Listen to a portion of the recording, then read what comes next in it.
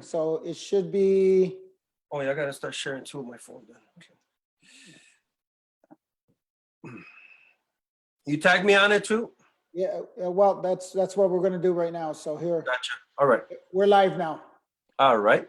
All right, so let me, hey guys, what's going on? This is the Front Door Show.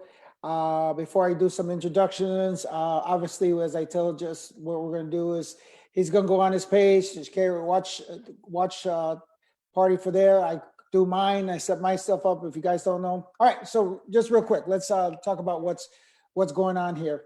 I have basically the Front Door Show and basically talking to all these DJs throughout the entire history of what we're doing.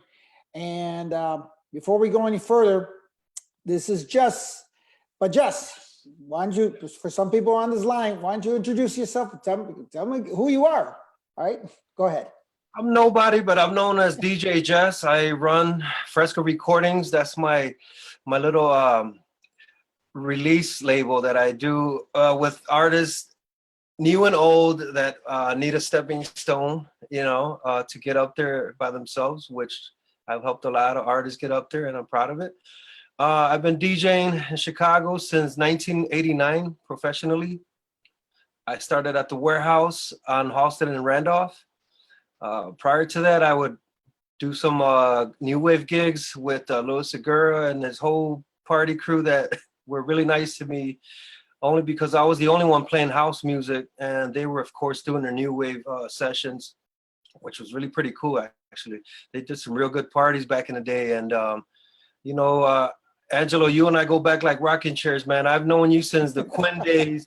You were always out and about doing your thing like you are now. It's like you never skipped a beat, and pretty much, yeah, I grew up as a DJ first in the 80s, and slowly evolved as a producer in the mid 90s, and I haven't stopped since then. So I'm still here by the grace of God, man, just pushing on music and new projects and releasing some good artists, and very proud of my accomplishments, to say the least.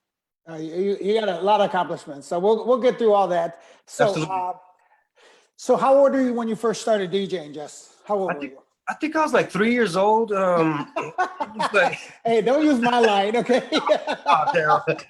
No, actually, I was very young, and that's and all that credit goes to my older brothers. I always tell people that they're the ones that's had a vision, don't know how it happened, but they started buying equipment in the early 80s.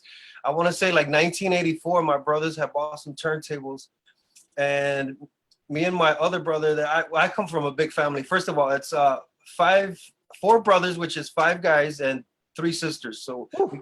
yeah, it's 8 of us. My parents didn't have no TVs back then, Angelo in Mexico. So what else can they do? But my brothers, I remember back in like 1983, they started throwing parties at this church on the south side.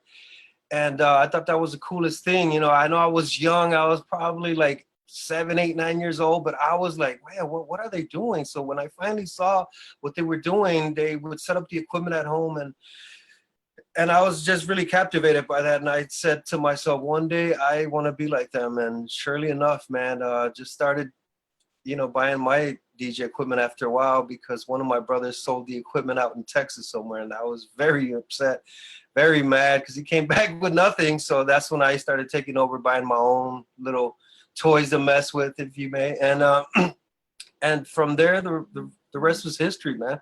It just got caught up in a love for music that grew as an important segment of my life, and like Gino was saying, I was one of his friends that would learn how to DJ through Val Rodriguez, man. God bless that guy, man. I swear, if I ever come up on millions, I will give back to the Boys and Girls Club so much money, because truthfully, that it kept us out of gangs and out of the streets, man, and for that, I'm grateful. We used to play anything from flag football there to like basketball to hockey. It was a really good escape, man, to just get out of the gang scene and all that trouble. I hated it, I hated being pushed around by gangbangers, but nonetheless, it saved us, and that was one outlet that kept us showing more, put more attention to the music, to the DJing at least, So yeah, we grew up, Gino and we all grew up on 26th Street, and it was rough out there, Angelo. I'm sure you heard the stories as well as I grew up on 26th Street. I grew up on 26th in Springfield, so I know exactly where. Wait, where at Springfield? I grew up at 24. I was at 24th and Springfield, and Okay. we moved there 1983. Mine was 2536 South Springfield. Oh, so you're the one that was shooting at me all those times. Okay. Now you look familiar. All right. But if you remember, I'm older than you. Yeah. And when I got there, and this is a true story, my great-grandfather lived right across the street from Blessed Agnes. When I was born, I was born, and that's where I was as a baby. Yeah. And at 4 years old, and I'll never forget this because I still remember this, that my parents bought the house right on the 26th Street. And there were no Latinos there when we were there. It was all Yugoslavian, Bohemian. Yeah. In fact, there's a couple of still Bohemian families that live over there as well. You're right. And there was no Latino. We were technically, because of the Spaniard aspect of it, we were still European for these European. There was no, there was no Latinos there. Nothing. And I think I was maybe 9 years old when I first seen my first Latino family move across the street. How did you feel? Were you happy? Like we were like, oh my God, there goes the neighborhood. Oh my God. That was just, but it was funny because it was like there was no other Latinos. And me growing up around the neighborhood, my neighbor downstairs was Polish, so I didn't hang around. There was no Latino kids to hang around with. All you heard was kurva this, kurva that, and all this. Exactly. So there was, and then when I went to Blessed Agnes, and Blessed Agnes was a Bohemian school. It was, yeah. Mm-hmm. And that's where I kind of ran into a lot more of the, people that were Latino, and then people at Burns and at Gary, obviously that was where we all hung out. Yeah. I didn't really spend a lot of time in Petrosky or Keeler Park, as we used to call it. Yeah. I call it Keeler. Let's go to Keeler Park. I couldn't say Petrosky when I was there. I was going, Petruski, whatever. So that's and believe it or not, I knew Benji back in the days, or as his sister. I knew his sister Diana. That's my Benji, and we were kids. We were growing up, and I think it was more so because when I'm the only child from my mom and dad. Oh wow. My mom, dad, you sent me to the boys club, not there at where you're talking about. Right. I was at the Robert E. Wood? Robert E. Wood's, the one right on 21st and by Sacramento. Sacramento, yeah, it sure was. Wow. The Rangers and the So what was that school behind it? It was like Spry or something. There was a school behind it, right? Yes. Mm-hmm. So that growing up, that's what I was, and me, my cousins, all the cousins, and my mom was like big advocate because she was working all the time. She used to work downtown at Evans, and she was and at that time my parents got divorced, so she was a single mom raising me, and that's where I spent my summers and stuff like that to keep me out of trouble and stuff like that. But that's where we all grew up at in the neighborhood, and regardless of the neighborhood, you still had that problem where there was a lot of guys we knew that were gangbangers. Absolutely. And I remember we just all used to hang out with guys that were in gangs, but we weren't gangbangers, but we were labeled as, okay, we're you live in the hood, you're a gangbanger. Yeah, that's and dude, and that was the one thing I could honestly say, because I was friends with everybody. If it was on this side of 26th Street, that side of 26th Street, I remember I was trying to always be friends. Hey, I'm friends with you. I'm friends with him. In other words, I was the biggest pancake Yeah. Hey, say I'm laughing because I was the same way, Angelo. You know, I had to know people. Man, I knew 2-6 Kings, Bishop, you name it, they knew me, but I never gangbanged. But it was more so for, like you said, for you could be safe, you know, like Yep. man, I almost got my head blown out on 26th Street one time. I'll never forget this day, man. With my cousin, I just bought a convertible Mustang, and he's like, let's go show it off. You know, of course, we were living in Cicero at the time. We said, yeah, what the heck? I miss 26th Street. Maybe get some tacos at Tortolico. Man, all of a sudden, we come to a hold because of traffic. I feel something on my head. I happen to look up, and this guy is like, got a gun on my head. I'm like, dude, I know you. What are you doing, man? He goes, what? Oh man, I'm so sorry, bro. I was going to kill you right now. And the guy obviously was on Wiki Sticks or whatever they used to smoke back in the day. And had I not known the dude, he would have blew my brains away, man. That's how crazy. And I try to explain to people, 26th Street was no joke back then. In the 80s, they will kill you with no questions asked. They don't care. They just didn't care. Plus, they were drugged up and drunk. And man, it's for us to still be here, Angelo. It's honestly quite quite amazing, man. If you really think about it, man, it was rough. Well, I think that's the common denominator that I see with a lot of people that grew up on 26th Street. They became DJs, you know, and DJs, dancers, performers, you know, and you grew up into that environment and stuff like that. And, you know, and I look at basically music saved our lives. That's Absolutely. Yes.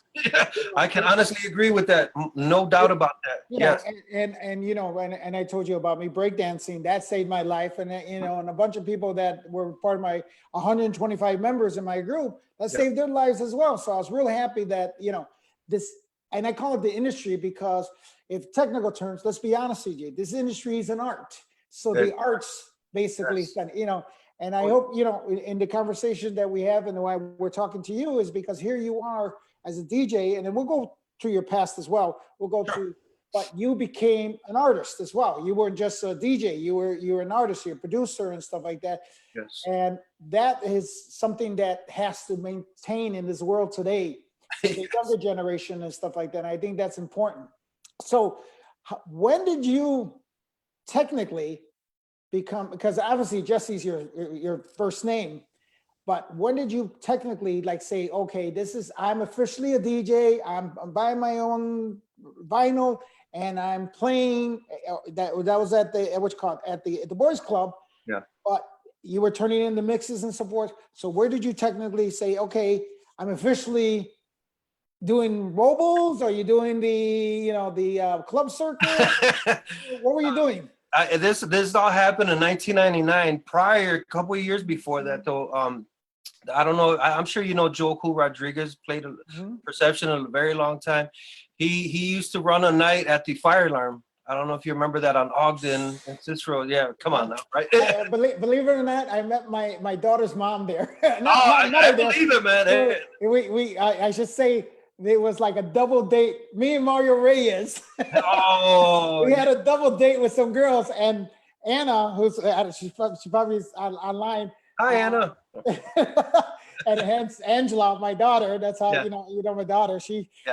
That's what happened. I met my wife there. That's how, you know, or should I say the first time we met there was at the Fire Alarm. That was true story. That was back in the day, man. Yeah. Well, anyways, Joe Cool was like, I used to sell records at DJ International on 23rd and Cicero for Benji back in the day. And you know, Joe, I used to sell him records. So he always asked me, how come you never like play anywhere, man? I'm sure you got a real nice collection. I was like, well, I don't know, man. I just sell records right now. Plus, I'm not even 21. He goes, well, it's an 18 and over club. And so he would let me guest DJ there, you know, and then he did the midnight hour on right there on Roosevelt and right off of Central, man. And those places were like, man, there were still mobsters hanging out in there, which I thought was hilarious, along with gangbangers in there. And it was the most funniest thing. But then, I don't know, man, I just started seeing some of the same crowd that I wasn't really into. And I was like, man, I just wish like I could just DJ somewhere, you know, that like a nightclub that could be mine. I could be the resident. And sure enough, man, God heard my prayers. So Benji, while I'm working for him at the record store, he tells me, he comes up to me and goes, hey, you want to DJ somewhere? I was like, well, where? He goes, well, they're gonna open up this new club. It's called the Warehouse. It's on Halsted and Randolph. I'm like, okay, but there's a problem. I'm not 21. He goes, well, here's the thing. You got to stay in the DJ booth all night. You can't drink. You can't come down for anything unless you got to shit or pee or whatever. And I was like, okay, cool. So I ended up staying up there. And I think that gig was the time that I realized, like, you know what? I'm a DJ. I think I'm a professional DJ now because I have my own spot. I was there for 5 years. I was 17 when I started. Wow. And yeah, man, from there, the rest is history, man. I ended up DJing at Studio 63, Prime and Tender when it was back in the day. And Boogie would always be mad at me because I had my little following, my little techno following. And he told me one day, hey, you can't mix here no more. I says, why? He goes, because I said so. I was like, Boogie was a little rough back then. So I was like, okay, cool, no problem. It is your spot. So I said, I'm leaving. So I'm walking out and Nick, the owner of Prime and Tender, bless his heart, he's like, hey, where you going? I was like, well, I'm leaving. He goes, why? I said, well, Martin Boogeyman told me that I can't DJ no more right here. And he told me just don't ever come back and DJ. He goes, hold on, come with me for a second. Following him to the DJ booth. He goes up to Boogeyman. He goes, hey, Boogeyman, did you really tell Jess he's not welcome here anymore? He can't DJ here anymore? He goes, well, yeah, we don't need him here anymore. He goes, let me tell you something, Boogie. You don't let this guy DJ, I'm going to fire you on the spot. I swear to God, it's a true story, man. I always share that with people because that was like a vocal point in my career that like really I felt like appreciated, like I belonged in the club scene. No matter that I was 17 going on 18, it was something that was very very motivating to me, because I felt like, damn, maybe I do got skills and this guy sees something in me. And yeah, sure enough, man, Boogie had to share the decks with me every Thursday night. I had a DJ there and he hated me probably to this day, but I love you, Boogie, man. You're my guy, man. You taught me a lot, man. Yeah, Thank Nick is a good guy. I'll tell you something. Even though he had his own club and he knew that I was a promoter and stuff like that, when I walked in there, whether it was Prime and Tender, whether if it was Studio 63, I never walked in there where it was Kick a Corral or anything like that. But I'm just saying, every time I walked in there, he always was, hey man, what's going on? I know me and him had discussion about Facebook, and we always talked about business and stuff. He never, hey, what are you drinking? Stuff. He was just one of those guys that just never like got, why are you here? Are you spying on us and this? Right. And he never was like that. And I appreciate that. Nick, if you're watching, thank you very much, because I think he did that with a lot of guys. I know he was really cool. And even at closing time at 4:00 in the morning, I will be there. I'll be there to, you could stay here. You could stay right. He would pick out his people and stuff. That's true. I mean, everybody gone. I would stay. Boogeyman stay. Froster would stay. Abel would stay. We all stay. Nice. So I mean, that was cool. That and if that doesn't show respect per se, because that goes for any promoter. I mean, Barry did the same thing from Transit and stuff like that. All the promoters, they lights go on, they're not shoving you out the door and stuff like that, because they know you're in the industry and they know that you're not like this. My light just went on. What the heck? I seen that. I was like, wait. You went from looking like Mexican to Cuban. I was like, wait, you got dark on me. What happened? So, I got family in Cuba, so don't worry about that. I know. That's why you're showing that side of you. Yeah. So you see it like this. There you go. So I mean, I think that's what's cool about, especially the old school club owners, I should say. Oh man, they were so much different, indeed. It was so much different, because I know that's one of the things that, dude, we did it for money, but there was also the factor of getting that recognition, that respect. Yes. Oh yeah. That's why we do what we do and stuff like that. Absolutely. So after you DJing at the Warehouse and you're DJing at Prime and Tender, where did you go from there? So then pretty much like going into the 90s, from 90, like a big stretch of 1990 to like 1995, I was offered to DJ at several spots. Another, the cool spots that I really loved playing at was at the Shelter nightclub. I'm sure you remember, we used to party with celebrities, movie stars all the time. I remember partying with Robert De Niro, Queen Latifah, Rodman, Al Pacino. Those were the days. so I guess, you know, I started evolving as a real good young DJ. I think people really like my sound, and I got offered to play at Red Dog back in the day as well, Yep. man. Not on their Monday nights. The Monday nights was really hard to get in there. That was, you know, of course, it was their gay night, which was one of the best nights in all over Chicago. But I was doing some of their weekend stuff on Friday and Saturday, and so then from DJing at all these clubs, I mean, there was obviously so much many more, but you know, I can't name them all, of course, because then I started transitioning into producing. I said, you Okay. know what, okay, I'm doing the DJ thing. That's fun. Okay, so I'm DJing at the clubs. Okay, now I felt like I needed something. I was like, what else can I do to contribute to the industry? So I started producing with CZR. CZR one time, he started first to me, obviously. And he asked me, he goes, hey, Jess, let me ask you something. I said, go ahead, shoot. He goes, how come you don't produce music, man? I was like, well, because I'm not a producer yet. I don't know I don't know how it works. He goes, why don't you remix one of my projects? He had this he had this record called Jazz for That Ass. And he goes, I tell you what, you could go with me to my friend's house. His name's Jose, young kid. He had a little studio in his attic, and CDR's like, pretty much work with him. He'll show you how to use the instruments. You know, everything's laid out on his keyboard, and you just tell him what you want to start with and build it up. And I was like, okay, sure. So we started doing that for one of his tracks, and you know, I was really blown away. I was like, wow, this is pretty cool. Now this I could get with. And so little by little, I started asking people, hey, do you know anyone that sells any equipment for producing? And they're like, yeah. Somebody came up to me and says, as a matter of fact, yeah, talk to Victor Romeo.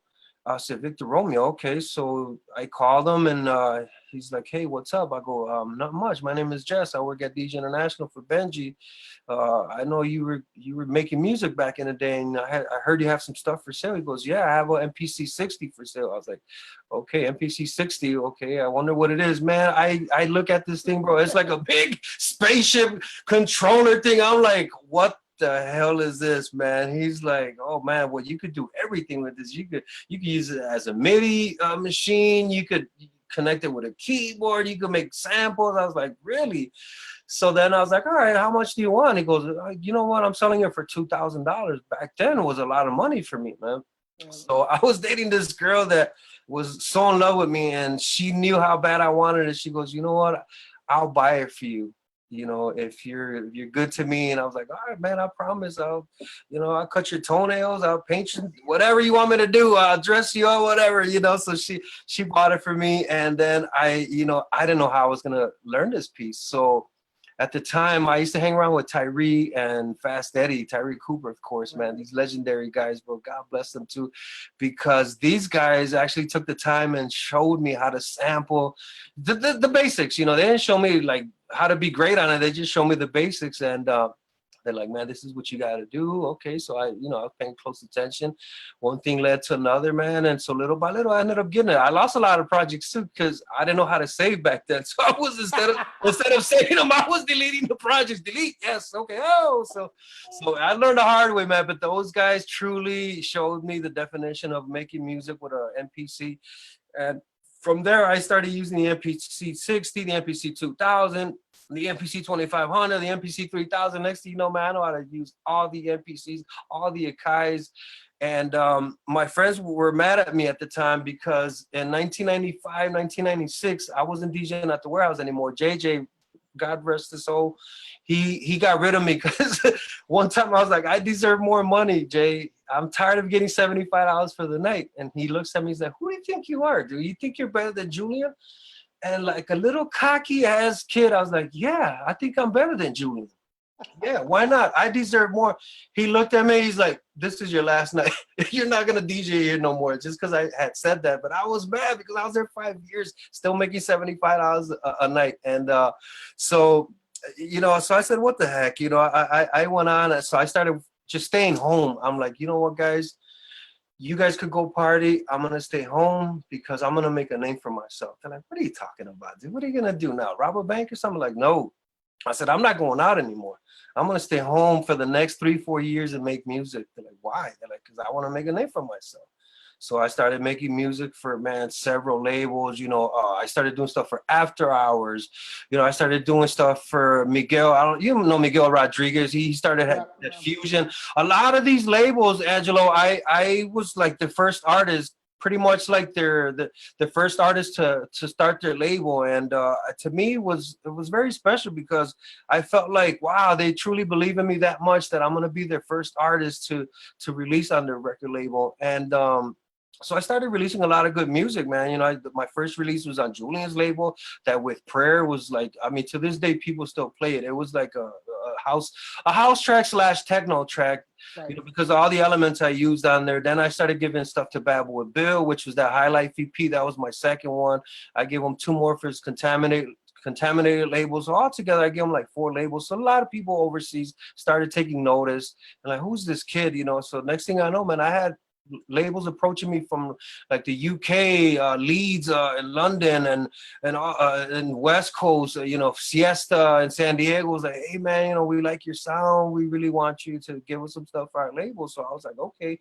So I just started, man, just producing. That's all I would do for the next 5 years. That, man, honestly, it paid off. People started recognizing my name, my sound. They're like, your sound is so West Coast. It's like very tribally, very dark, very cool strings you use. And honestly, man, to this day, they really love that sound of mine that grew into such a big sound for them. And that's why I had made the transition from DJing to producing, because I knew that if I was to produce more music, I would start traveling more, and that's exactly what happened, man. Right. So now what I try to do with my record label, after being robbed by so many labels, I mean, I've lost so many thousands, man. You know how the business goes. So that's what's made me start my own record label.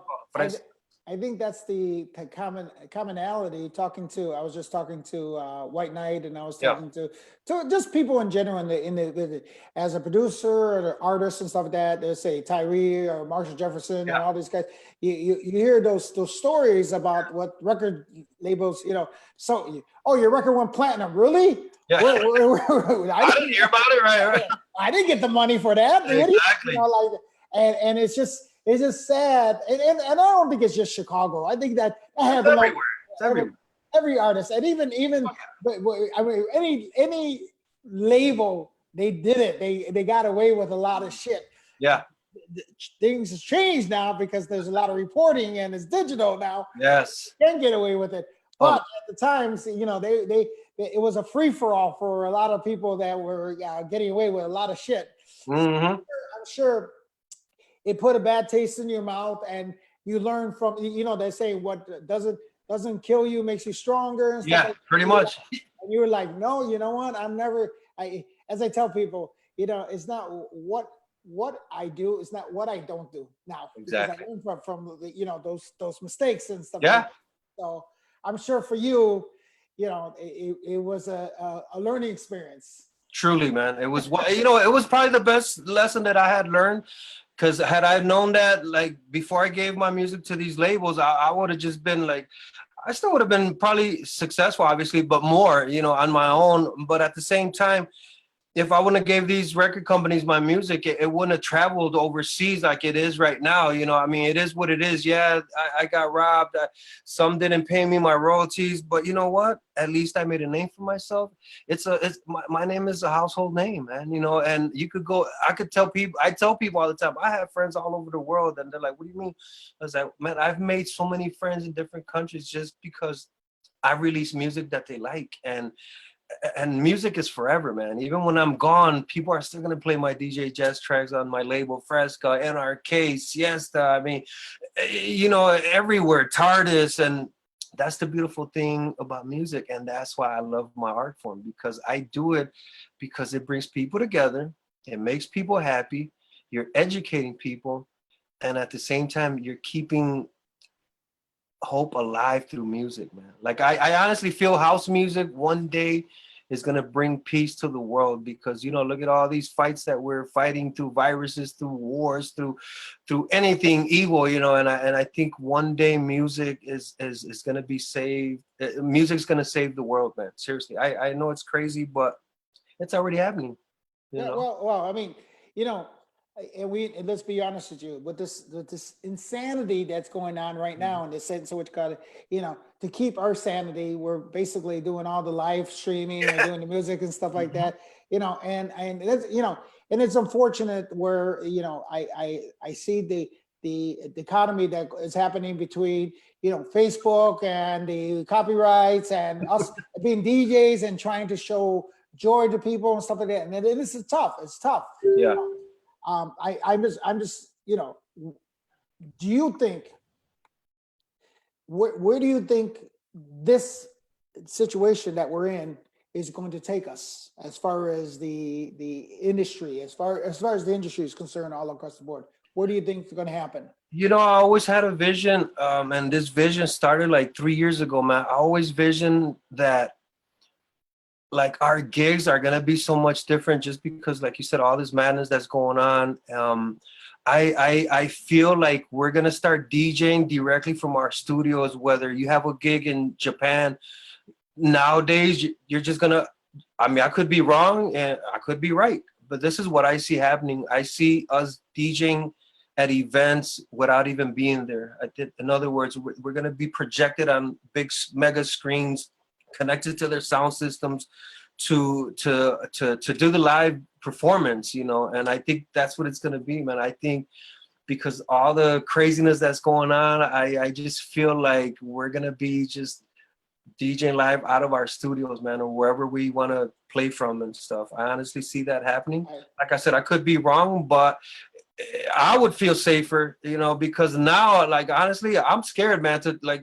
One time I went to go DJ in Serbia and I had never been there. And I know that we were in war with them. And as I landed in their country, man, I was so scared, Angelo. And please, my Serbian people, don't take this in the most wrong way, but it was scary to me because it looked like a concentration camp when we landed, and I didn't know what was going on. I was like, first of all, I was hired to go DJ to raise money for the children of Belgrade because some of the hospitals was bombed from the war and everything, and it broke my heart. But at the same time, I was scared. Well, I think I was judging the book before even reading the damn book, and these people were some of the most nicest people towards my people, Mexicanos. I mean, they couldn't stop like being joyful with me about our culture and our work ethic and just the way we were as people. And, I was truly wrong and feeling that way, but I guess it would be a natural feeling for anyone that goes over there. But I think what I'm trying to say is that sometimes, we're scared of like traveling to certain places without even knowing how that country is. And that was a great example of me thinking bad and thinking something was going to happen to me. And I ended up having such a great time, man. I ended up DJing with the Stickman from Toronto. I DJed with Dimitri from Delight. And among other guys, through my friend Bosco, he put this thing together, man. And it was some of the most nicest people in the world, man. And I love Serbian people to this day, and they actually love Latinos too, which is really cool, man. Well, so we bonded really well, and I thought that was a turning point in my life to stop being so critical of other countries or other people, and it kind of opened up my eyes to think differently about people that I deal with. So you just popped up an idea to me, and probably me saying this, and if someone didn't come up with it, guys, you're probably going to steal this from me. No, because you said something that was unique, and it just kind of like, oh my God, and I'm going to say it because I'm going to say it, that exists. I forgot what I think it's an Apple product. It's the one where the mask that you wear and you play the game and stuff like that. So I think of Player One, that movie Player One. Yes. Uh-huh. Yeah. So I can imagine that's probably what might happen with the club scene is everyone has Player One, like the basically that's the here, and we have obviously the headphones, and we can be dancing with each other, but we're not dancing with each other. We're still in isolation per se. Yeah. But we're playing There you go. That's good. Yeah, because well, actually, there I know they were doing silent parties. I don't know if you ever. Yeah, yes. That's Yeah, I know. exactly. So I could see that working. That's a really good idea, man. Just send me So my it's, royalty statement. Whenever you start getting into that department.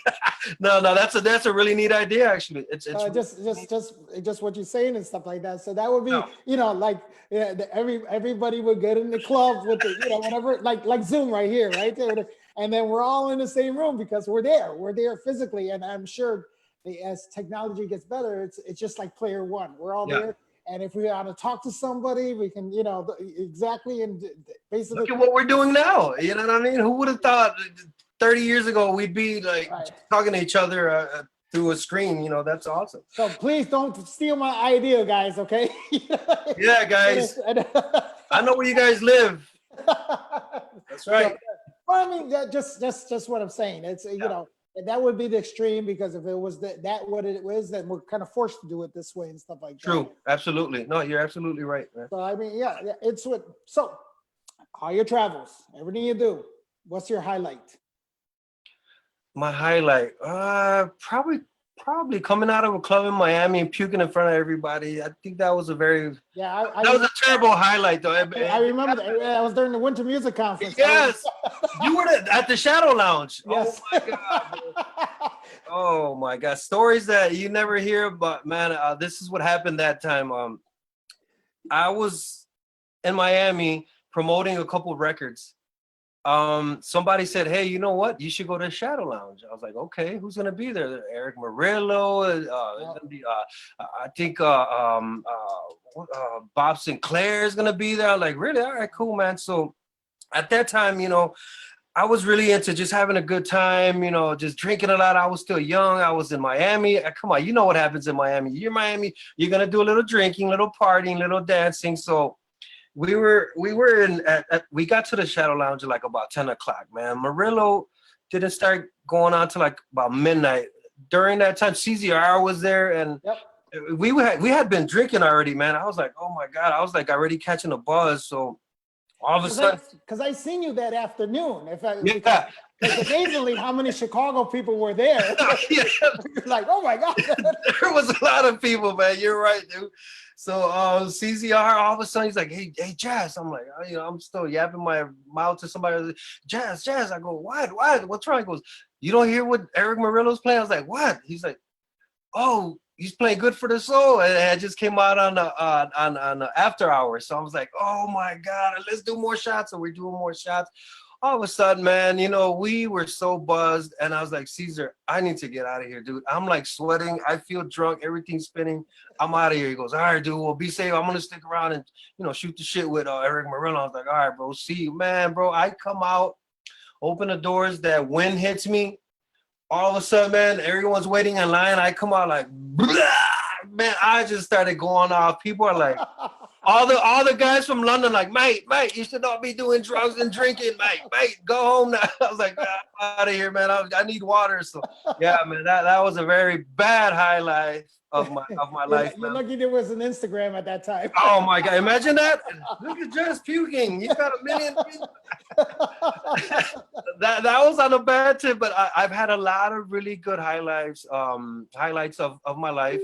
One was actually traveling to Spain. I traveled in 2001 through a friend named Tim Baker, and I always remember he said, "Hey, you want to go play in Spain?" I was like, "Is your name Tim Baker?" I was like, "Yeah, I want to go to Spain and play." And it was a highlight because it was Spain. First of all, they were interviewing us for a TV show, which I was like never had done before. So I was like, okay. They were asking me the difference between Detroit techno and house music, and of course I had to break it down in Spanish.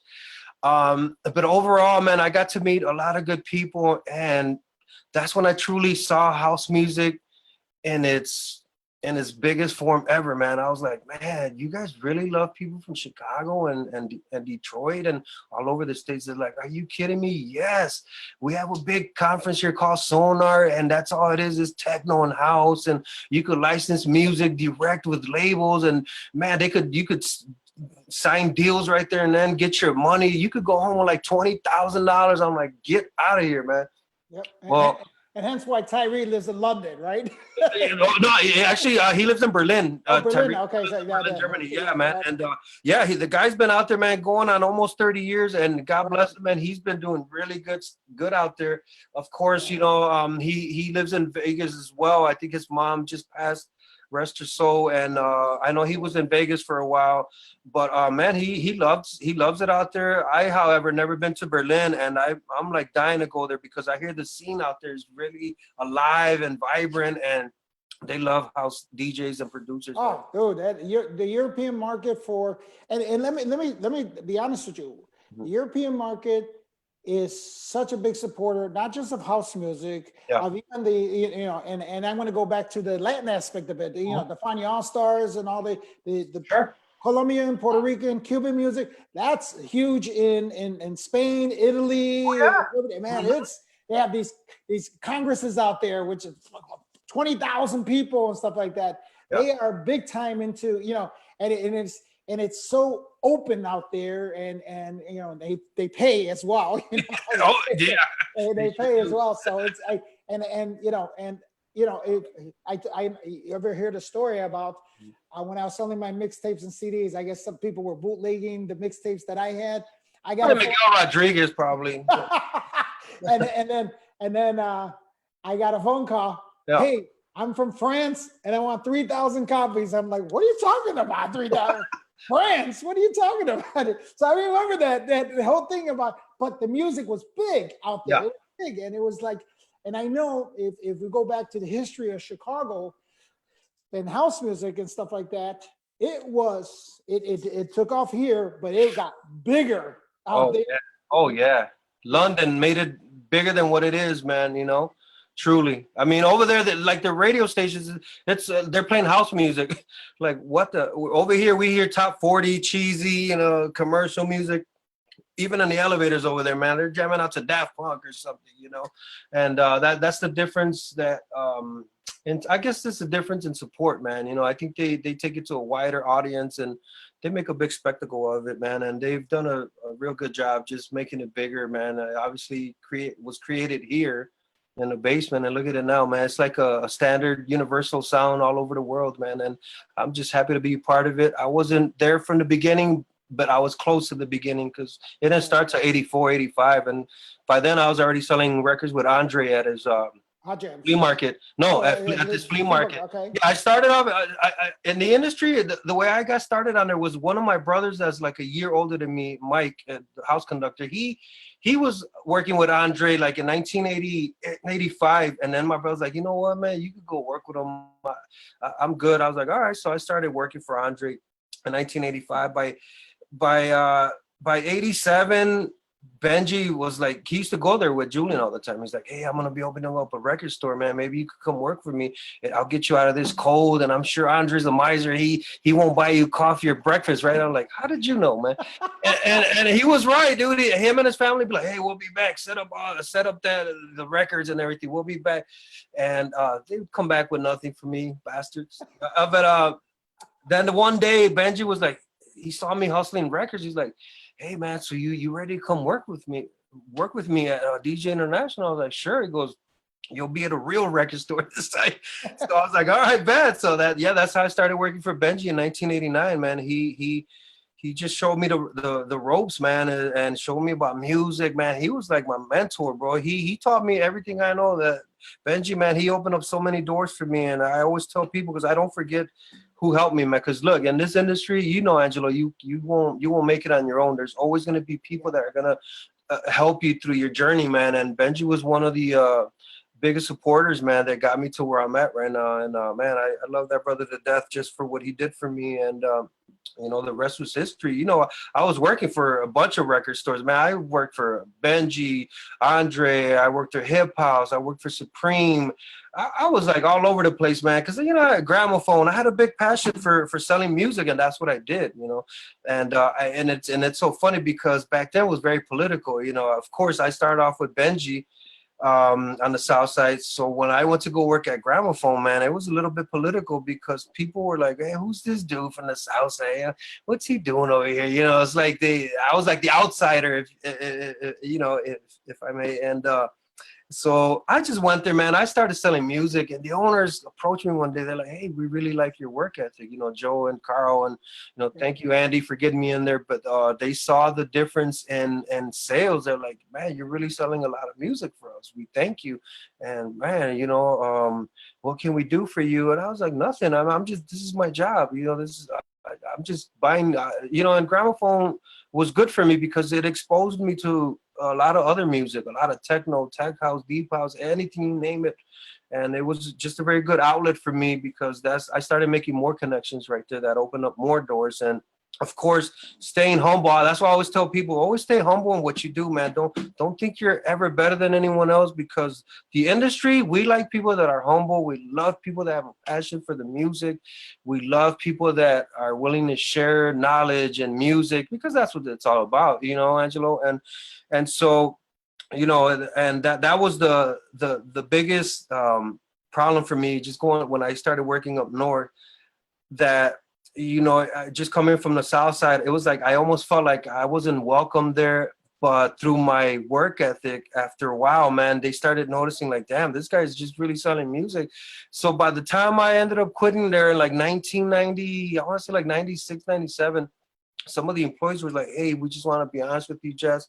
Can we tell you something?" I'm like, "Anything, I'm here, man." They go, "We just want to say you deserve everything that you get, because you come here and you sell a lot of music for us, and you've always remained humble, and we just want to tell you that we're proud of you for everything you've done, all your accomplishments. And at the end of the day, man, between you and I, that's all we want to hear, man. I don't like getting jocked. I don't like, oh my God, you're the greatest." It's like, just say thank you, man, for everything, and that's it. And that's exactly what they did, man. And it totally made me just appreciate the music and the people in the industry that much more. And a lot has changed, as you've been in this industry just as longer than I have. And it's sad to what it's become, but it's our job to guide the next generation into the right direction. So that's going to be my job. I can't be a DJ producer forever. So my thing is educating these kids, taking them by the hand, showing them how it's done. And I'm not disappointed. I see a lot of good kids that are doing really good projects, within the house music industry. A lot of good promoters doing great parties. And it seems like everything's getting more legitimized as far as using proper venues, not doing underground stuff anymore, even though that was the core of the beginning. Just throwing underground parties, and it's heading in the right direction. But like I said, we need to guide some of these kids and teach them right, man. Educate them one day on how to make good music, how to work with a band, with a group. And I think that's where I see myself probably 5 to 10 years from now, is just probably just as a teacher, guiding these kids. Well, I mean, what you're telling me about the north side, I did the same thing happened to me. If you remember, when I made my mixtape, here I'm a south side DJ, right? And here I sort of invaded the Latin market per se, because so for Ruben Pazmino, the owner of Tropicana, to have me go inside and say, "Oh, well, this is the new," to the existing guys that were Edgar Marroquin, Alberto Scandalo, there was Ricky Aguilita, all these guys that were hardcore Latin DJs. And here I come in and say, "Oh, this is DJ Prieto. He's going to come, and he's from the south side." So I got it too, man. Trust me. I know that you can relate. And it was all the talk behind your back and all that, and then here these guys, mostly these guys were salsa DJs. And here I come in as a merengue DJ per se. And I remember that. It was like, and like I'm mixing merengue, nobody was mixing like Latin songs, mixing That's it. true. That's true. So here I come, and I would hear, "Hey, my people don't like to mix." And I'm like, "What are you talking about? Then why is the floor all packed? How can you?" Right. like I'm going by what I see. Right. You mean you don't like the way I mix? Not them. It was, and it was like, I don't think they're gonna appreciate this. And sure enough, everybody's floor packed more, and then and then here comes everybody coming up to me, and then they kind of like forget about them, and I'm like, "Well, what do you want me to do?" Just and it got bigger and bigger and bigger. So I mean, you sometimes got to prove yourself. Absolutely. Yes. And that's what we did. That's what we did. We it's like those are the obstacles people are talking about. You know, you gotta sometimes jump over them hurdles and just knock it out of the ballpark. And thank God that's what we were Yes. smart enough to do that. And just not the north side. I remember, because I don't speak Spanish. Yeah. I remember I would have owners like from Pirámide Azteca and stuff like that. That you know, oh, what do you mean? You'll never make it in this Latin business. You can't speak Spanish, dude. Dude, you're not a real Mexican and stuff like that. And I'm like, oh God. And so it drove me. It drove me even harder. Yeah. The word can't is not in my vocabulary. And I think that's what drove me even harder to say, watch, I'm going to prove you wrong. We will not lose, right? We will not lose, man. Right. Yeah. And that, you know, I think a lot of people are like, oh, you know, who do you think? Of course, you always want to thank the people that supported you, but I also appreciate the people that doubted me, man, that put that, you're never going to make it, man. You know, you're never going to be nothing and stuff. And it's like, I love them, because if they wouldn't have said that to us, we would have been like, damn, you know what? You're right, man. All right, cool. Yeah, I ain't nothing. So they made us work harder, man. That's why I love haters. I appreciate haters. I love people that hate on me. I don't care, because I'm gonna prove you guys wrong. Yep. I'm gonna take this to the top, whether you like it or not, man, because it's in my soul, it's in my heart, it's in my blood, it's in my DNA. And all I could do is just keep sharing, keep working on magic, man, and that's what makes me feel happy, and that's what puts me in a better place, man. So your latest project, or what is the name of your record company now? What is the latest? It's called Fresca Recordings. Okay, how long has that been in existence, and where are you taking it? Where have you taken it with the new label? Yeah, it was created in 1999. And has evolved. It was me that was releasing my own music in the beginning, but then as the years went by, I started just, you know, taking on other artists. You know, I mean, I wasn't like the Rocky Jones or Larry Sherman, rest in peace. I wasn't giving out huge contracts. You know, I used to tell these guys, look, man, I'm just doing it to help you. You know, my label's a stepping stone for your career, man. My label is well known all over the world, and it is. And, you know, I told them, this is going to help you further your career, man. So, you know, it's up to you. You know, I'm not here to pay royalties or pay monies to anybody, because I'm not even making money, you know. So what I did was I would help these young kids. They would bring me projects, and if I saw that it had potential, then I'd be like, okay, cool, I'll keep your original mix, and then I want to remix it so I could make it better and sell more copies. And you know, so it started working out, but then as other labels were asking me for a lot of music, man, I had to kind of balance it out. So that's why I haven't released that many releases as I should by this point. But right now I'm up to like probably my 31st release. I just recently started working with Bandcamp, which is an outlet for some of these artists, some of these producers that are doing music to release their own music and get paid for it. Because for me, selling digital music was not good to me. I was making more money when I was releasing vinyl, but you know, of course, everyone's into digital. So Bandcamp was a good outlet for me. And God bless my friend DJ V. He was bugging me for the last 2 years, like, bro, you need to get on this Bandcamp, man. You don't understand. It's so powerful and you'll get paid. I know guys that are making 10,000 a month, bro, just in selling their music. I was like, yeah, whatever, dude. So one day I was like, you know what? I'll try it, man. You know, I ended up trying it, and he was right, man. Right away I started seeing, you know, you could put out your own price to your music. You can sell it for $1, $1.99, $3, $4, whatever. You know, I try to keep a nice low ball number just so I could sell more units and make more fans. And so far, I've been releasing some music of my own. A buddy of mine, Tio Boogeyman from Lyons, France, about to release some stuff from these Mexican brothers that gave me some music a while back. And I had a downfall with some of my distributors that I was going through that never paid me any money. And so I'm cutting them off and going directly through Bandcamp to sell my catalog, old releases with new releases. So you're going to be seeing a lot of my projects that have never been released, a lot of remix projects, a couple of remixes I did for big people like Sergio Mendes. I did a remix for Paul Brown. Did a remix for Poi Dog Pondering back then that I want to retouch up and re-release. So it basically Bandcamp has given me the power to release whatever I want and see all the numbers, have control, not going through a third party distributor that don't show you what's selling. They don't send you money, you know, they're just showing you that you made money, but guess what? You're not gonna get it. So and it bothered me. And so, you know, I want to give some of these artists some money, man. I don't want to be like these old record labels with that old mentality. Yeah, let's not tell these guys that their music got licensed and we could rip them off and make money. And that's not me. I want to be fair to everyone. And it's cool because they can see the sales of their record, of their releases, and oh wow, I sold 33 copies here in this part of Europe. Oh wow, I sold 33 in the US. And you know, so you're kind of showing them like their sales, word selling, what DJs are playing it, and it's a good outlet for me to have that control. So that's what I'm doing right now. Is I'm gonna release a lot of new material, and amongst other artists that I've been working with too through the last couple of years. And it's time to just go all the way and just make it happen, man. Blow it up, you know.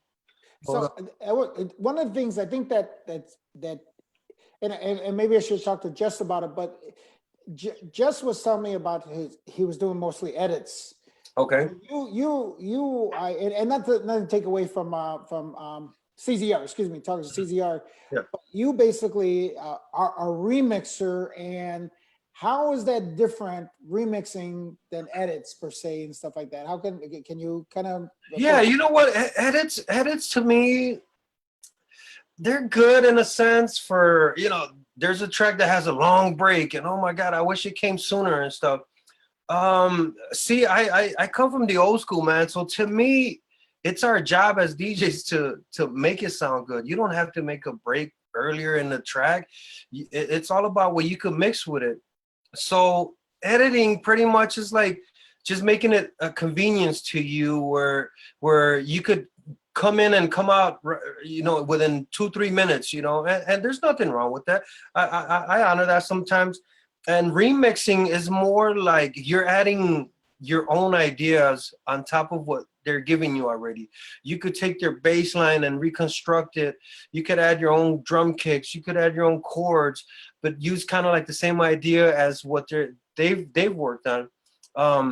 You can chop up any vocals that you want. You can make a dub remix. You can make a full vocal remix. That's the difference, is that a remix project is something that's already made, but you could kind of just grab it and just change everything around to your liking, or to any DJs out there that like your music, and they might like your mix more than the original. Sometimes it happens, but I think it gives you more time to get creative, and it makes you creative as a producer and stuff, because now you're remixing people's projects, and it's a bit harder than editing. Well, I was gonna say, so and you can get a song of a different style and make it into dance, or make it You can make a reggaeton remix. You can make a house remix. Right. What I'm saying is, and you know, and talking into the Latin aspect of it, is look what they're doing with bachata. All the remixes that they're making. Oh, that Bob Marley remix. Oh my God. I love some of that stuff. Seriously. Me and my girl, we go off to that. You know, because you're listening to like the original song with a different twist. And to me, I appreciate that, man, you know, because that's genius work, man. For you to figure out what sounds good with that, something that's already a hit, and you're adding another flavor on top of that. That to me is like very creative, more so than editing. You know, editing is like, oh, let me cut this long chorus out the way and let me just bring the break a little closer. Nothing wrong with that, again, like I said, but to me, I like remixing a lot more than editing. Right. And like I said, and remix, like I've heard different remixes, and I go, my God, it even sounds better sometimes than the original. You know, exactly. That's what I'm trying to tell you. That's the beautiful thing about remixing, man. And I've had that happen, man. Some people are like, oh my God, bro, you killed the remix. Oh my God, the original, I can't even hear it the right way anymore, just because you totally flipped it. And that's the beautiful. And people don't realize how much work it is. Oh my man. God, and I tried my hand at it. When at one point I had, this was my studio. This was our studio. I had the Juno 101. I had all, I had this. I created a MIDI studio and stuff like that. And it lasted me for about maybe about 3 years. That was it, because it was like no, this is not what I want to do. Trust me. It takes creation, and it takes a long time. It Yes. isn't like, oh, guess what? I'm going to make this remix and it's done in a week and stuff like that. Oh, It It take me like a month almost, man. Like I would, because sometimes when you remix stuff, your mind has to be in the right frame, because I mean, especially nowadays, we got kids, you know what I'm saying? We get people to call us just to talk about nothing. And so, once it's to the point, Angelo, where I got to shut my phone off, man. Like, I'm sorry, but I got to finish this remix, or else I'm never going to finish. So and that's the thing, man. Once you get into that groove, man, you make that bass line. Oh, man, you start feeling it. And then all of a sudden, like, especially if you're working like at 2, 3 in the morning, that's when your creative powers come in. Yep. So by the time 3 o'clock rolls in, man, you already got your strings, your chords, you already know what you want to do with your vocals, man. And oh man, that's the best feeling in the world as a producer. That's the feeling you look for when you got that groove. Like, yeah, I'm feeling this. Like, you got a hit when you can listen to that remix or whatever the track you made, and you can't stop listening to it. That's when you know you got a damn good remix or a good track. Like, oh my God, I love this track, man. Like, I remember I made Gave You Love, prime example. That whole idea with Gave You Love, obviously I sampled Pow Wow, this old disco track, and I've had heard Armand Van Helden sampled a little bit of it. But one day I was living in Bridgeport at the time, and this had to be like, I want to say like 1997, 98. I was like, you know what? I'm going to sample that I Gave You Love, and this track is going to be for the women. I was making it for women. I didn't care about guys. I'm like, this is gonna be a remix for the women, because women love to dance. They don't care if it's dead in there; they'll be dancing by themselves. So that's how that whole track "Gave You Love" came about, because I had an idea just to make it for the women, man. And sure enough, Mark Farina, God bless him, he played it in Toronto one day, and I was working at Gramophone. All of a sudden, man, I'm working, it's a Saturday morning, and everyone's like, hey, man, you got that Gave You Love track? I was like, Gave You Love? Like, yeah, I gave you. I go, yeah, that's my record. They're like, well, we want like 3, 4 copies of that. I was like, how come? They're like, Mark Farina played it last night in Toronto, man. People lost their mind. Man, people were like just screaming and jumping, and we need that record right now. So I was like, oh, wow, okay. I was like, yeah, well, I'll bring some more tomorrow, man. And man, that it had that hook that women love so much. And to this day, man, people are like, can you play Gave You Love? And I was like, sure, sure, why not? So, and that to me, I could honestly say that's like a remix, you know what I mean? Yeah, right. That's right. a totally remix. I took a disco track and just flipped it, but the hook was fresh and they loved it. And that's what I'm saying. When you got a hit, man. And so when I heard that, I was like, I'm sorry. Like I said, this is for the women, and this is a hit. And sure enough, man, it came out in 1999, 2000, and people still like this track, man. So I got one more question, and man, the time flies. What did I tell you? So one more question. Yeah. What was the longest that you were in the studio? How many hours were you in the studio, or were you up? What was your longest? That's when I was working with Fast Eddie, man. I don't know if you knew, but Fast Eddie and I was working together like 2005. I said, Eddie, man, Eddie wasn't doing that good at that time. He's kind of slow, And I remember Benji had that record store in Berwyn, Cermak and Oak Park, and I was like, hey, Benji, what's up with Eddie, man? He's like, nothing much, bro. He's just at home, man. I was like, man, doesn't he want to work on music or what, man? He's like, I don't know. Talk to him. So he had a party at the Aragon. He's like, I asked him, can I scratch for you? He's like, sure, man. So I ended up performing with him that one night. Awesome time. It's on YouTube, obviously. But when him and I started working on projects together, let me tell you something, man. Fast Eddie, he brought out the best out of me, dude. And he's the only guy that has ever done.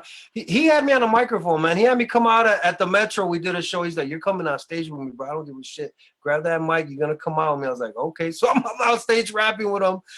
But some of those songs that we worked on, man, seriously, there was a time where we were probably in the studio for like 14 hours straight, man. Wow. We were doing everything and anything to just to stay up, and we gotta finish this. We're gonna finish it, and man, I think 14 hours was probably the most we were in the studio, just like not giving a shit. We're like, we're gonna get this done, and Right. thankfully enough, man, we got some of those tracks done. And the sad thing about that whole situation, man, none of that stuff came out.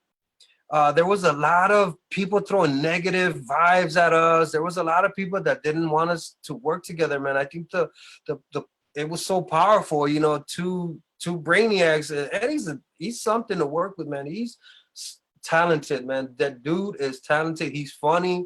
We had the best times, man.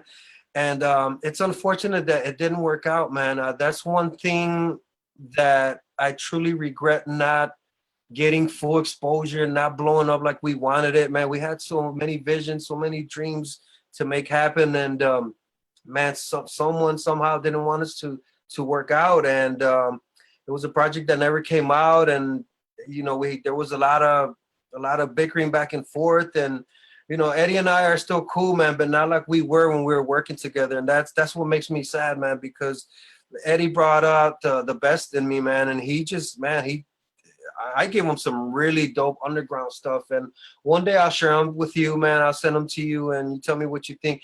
Even now, they would still sound good, you know. But had they would have came out at that time, man, it would have been a really good selling album and stuff. But I guess God had other plans, and but no, the beautiful thing is we're still here, though. You know, Eddie's doing shows. I'm still doing my Fresca thing. I'm still releasing overseas. I'm about to release 2 records this year, one in Spain, one in Seattle, Washington. So, you know, those are things that I have lined up, as well as other labels been asking me for a lot of music. And, you know, through all this craziness too, with all these events going on, man, I've been just kind of taking it easy, kind of just, you know, watching after myself health-wise, and my kids and my mom, and you know, everything will be back to normal pretty soon, and we'll be seeing each other again out there on the streets and the clubs and the bars. You know, you're always doing your thing, and man, I always take off my hat to you because you've been doing it for a long time, Angelo, man. My respects to you, man, for still doing it big and actually using your show to kind of let the people know what's going on with us, man. You know. Yeah, well, I think this show, the idea of the show, and from the beginning, this is week 2 of the show. Yeah. And I think it's you know, and I'm seeing the numbers go up. Number 1, number 2, the comments and the people that call me up and stuff like that. They're like, oh my God, there's so much.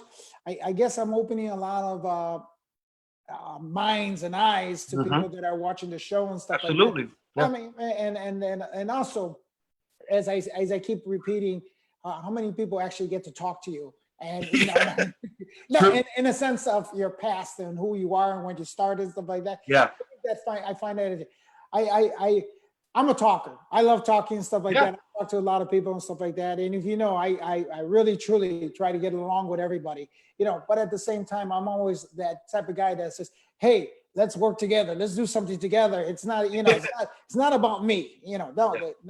And I've always been that guy that, you know, having 20 guys work for me when I was breakdancing, 125 people with me, you know, always a lot of people around me. So for me, it's like, well, if this format that I'm doing right now is going to get people's ideals and minds and stuff like that, that's great, dude. Just thank you very much. My pleasure, man. I appreciate it. I hope everybody, if you got any last words you want to say to the audience? Yeah, absolutely. Guys, look out for my projects on soundcloud.com/DJ_Jess. Also, you can find me on Facebook, of course. I have a DJ Jess page. Please follow me on there. I know a lot of you have been trying to friend request me on my Galvez Gamano profile, but obviously I'm maxed out at 5,000. Or you could follow me at Jesse Fresca Galvez. That's another of my profiles. You can find my music on Bandcamp, and that's djjes.bandcamp.com. Please buy my music, purchase it, share it. You could buy it and give it away to some of your DJ friends for their birthdays. You can, you know, you could tell anyone about it. You could check out some of my mixes on SoundCloud as well. I have over 200 tracks / mixes / projects that I've never released. Some have been released. You can follow me on those outlets, and I'll definitely keep you posted on some upcoming events that I have. Unfortunately, some of them have gotten canceled, so hopefully we'll be back to normal pretty soon. And can't wait to see you guys at my next event. Come out, let the people know, send a telegram, send some emails, some text, and also support Angelo's show, man. It's a really cool show. I want to interview you one day, Angelo. Absolutely. I know you got some stories, man. I know you do. So just to let you know, after this is done, make sure that you can put your links on the comments, and that's how people are going to know when. Absolutely. All the comments. Put the links, please. Put the links and stuff like that, so people can directly find you through the links and stuff like that. But I appreciate it. Jess, thank you. Always a pleasure talking to you. Thank you, man. Thank you, guys. Thank you. This is the Front Door Show.